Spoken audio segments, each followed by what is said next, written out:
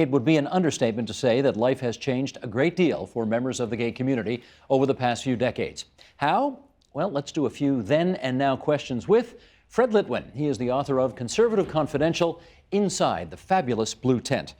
Okay, Fred, here we go. 10 questions. How and when did you realize that you might be gay?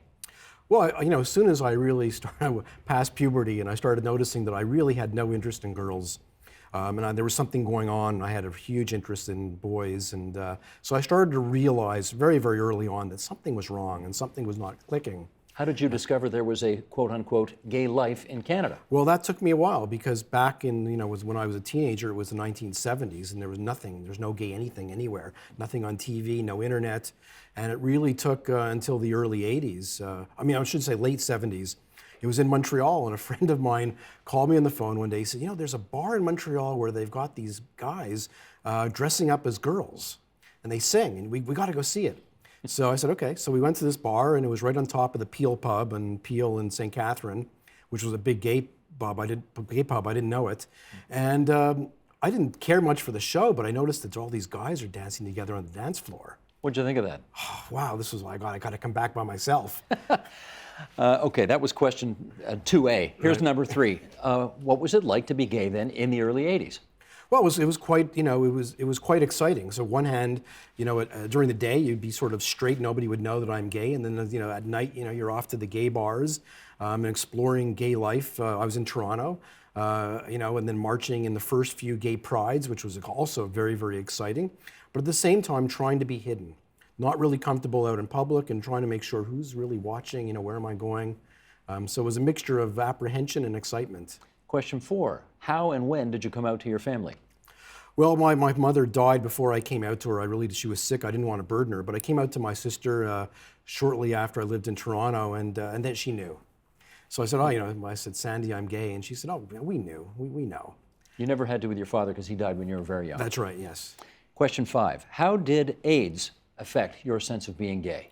Well, right when I had my first boyfriend back in 1982, 83, that was when AIDS had started in Canada. And back then it was called Gay-Related Immune Deficiency, GRID. We didn't know very much about it, and we both went to an information session, and we were scared.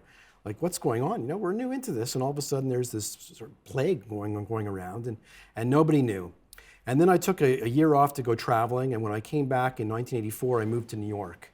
And as I started to make friends, there the AIDS epidemic was really, really advanced, and people were dying all around me. And that was frightening. Question 6. How did AIDS activism shape the standing, in your view, of gays across North America?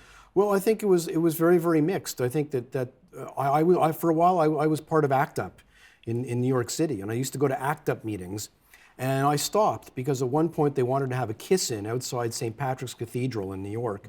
And I thought, what? That's not a good strategy. You're just going to upset people. They're out to pray on a Sunday morning. You know what? I don't want to upset people. I want to get people on our side. This is not a good strategy.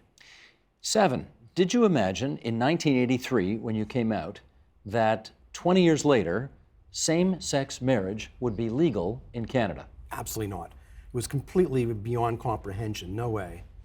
Question 8. What do you think made it possible for such a relatively quick change of public opinion and political opinion in the country to make it happen? Coming out. As people came out in their families and at work and wherever, that changed attitudes. Coming out to your family and friends did more for changing people's attitude than all the marches and all the political activity that happened. Question 9. Are you still self-conscious about holding hands with your significant other in public? I'm not, but I think he is. Question 9A. How come? I don't know. It's just I think you're always apprehensive about it growing up, and I don't know, just something that's inherited and is not going to change, I think, and it's too bad because I would certainly hold hands. So you don't because he's not comfortable with it? That's right. Question 10. Is there a price for the enormous civic success that the LGBTQ community has achieved? Yes, and that's sort of the end of gay culture. You can see it right now in the fact that you don't have to have gay neighborhoods. You don't have to have a gayborhood. Gay bars are in trouble. You can now find a gay partner, without ever really interfacing with the gay community. And so it's changing gay culture, it's changing the neighborhoods, and I think overall it's for the better as we get integrated into the overall general community, and we're free to do and create and be ourselves. But something has been lost. Something has been lost for sure. Interesting. Fred, thanks for this. Thank you very much. Help TVO create a better world through the power of learning. Visit supporttvo.org and make a tax-deductible donation today.